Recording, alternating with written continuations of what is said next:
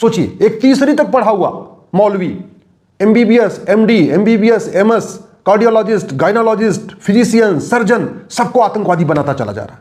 इसलिए मैं पहले भी कई बार कह चुका हूं, धर्म परिवर्तन, धर्मांतरण हमारे लिए सबसे बड़ा खतरा है। अगर ये डॉक्टर हिंदू होते तो लोगों की जिंदगी बचा रहे होते। अगर ये सारे के सारे डॉक्टर हिंदू होते, फिजिशियन, सर्जन और कार्डियोलॉजिस्ट, गायनोलॉजिस्ट, तो ये लोगों की जान बचा रहे होते। लेकिन चूंकि ये डॉक्टर कन्वर्ट हो गए, इनके पूर्वज कन्वर्ट हो गए थे, इसलिए आज ये हिंदुओं को मारने की योजना बना रहे हैं, भारत को बर्बाद करने की योजना बना रहे हैं, हिंदुस्तान को खत्म करने की योजना बना रहे थे। अगर ये हिंदू होते और डॉक्टर होते तो लोगों की जान बचा रहे होते, लेकिन कन्वर्ट हो गए, इसलिए पाकिस्तान के इशारे पे, तीसरी कक्षा तक पढ़े मौलवी के इशारे पे भारत को बर्बाद करने की योजना बना रहे थे। जब तक घर वापसी नहीं होगी, भारत सुरक्षित नहीं हो सकता। और घर वापसी वैसे ही होगी जैसे धर्मांतरण हुआ था। धर्मांतरण तलवार के दम पे हुआ था, धर्मांतरण डरा डरा के हुआ था, धर्मांतरण भय के कारण हुआ था, धर्मांतरण जजिया न देने के कारण हुआ था, धर्मांतरण टैक्स न देने के कारण हुआ था। तो स्वाभाविक सी बात है, घर वापसी भी उसी तरीके से होगी। शासन का खौफ हो, प्रशासन का खौफ हो, और भी चीजें करनी पड़ेगी। सारे मठ मंदिर घर वापसी का केंद्र बने। सारे जितने भी मठ हैं, मंदिर हैं, सबका एक ईयरली टारगेट सेट हो कि भैया हमको सबको वापस लाना है। वापस इसलिए लाना है कि देश को सुरक्षित करना है। अगर आप घर वापसी नहीं कराएंगे, कन्वर्टेड हिंदू फिर बम ब्लास्ट करेंगे।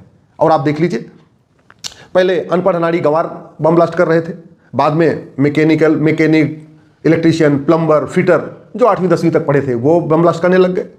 लेवल और बढ़ा, सिपाही पकड़े गए, हवलदार पकड़े गए, थानेदार भी कुछ पकड़े गए, ये भी जिहाद करने लग गए। और अब computer engineer, chemical engineer, software engineer, physician, surgeon, MBBS, MD, PhD, professor, सब पकड़े जा रहे हैं।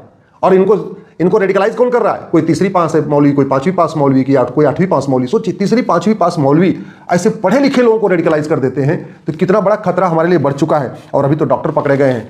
कल को मान लो फ्लाइट चल रही है, फ्लाइट में 2 ही पायलट होते हैं। एक पायलट अगर जिहादी निकला, दूसरे पायलट को चाकू भोंक देगा, गोली मार देगा, कुछ भी कर देगा, गला दबा देगा और पूरे जहाज को उड़ा देगा। फिर क्या करोगे आप?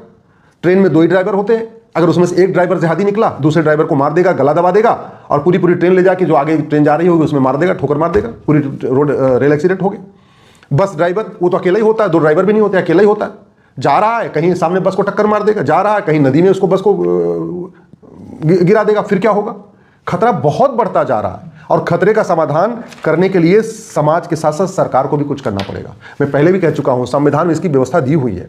संविधान का आर्टिकल 355 कहता है, अगर एक्सटर्नल एग्रेशन हो, इंटरनल डिस्टर्बेंस हो, बाहरी तत्वों के कारण भारत के अंदर अशांति फैल रही हो, भारत के अंदर हथियार लोग उठा रहे हो, भारत के अंदर लोग विद्रोह करने के लिए तैयार हो, लोग गजवा हिंद करने के लिए तैयार हो, भारत की डेमोग्राफी बदलने के लिए तैयार हो, भारत को बर्बाद करने की तैयारी कर रहे हो, तो आप आर्टिकल 352 का यूज करिए। आर्टिकल 352 का यूज एक बार हुआ है 1975 में, वो सत्ता बचाने की खातिर।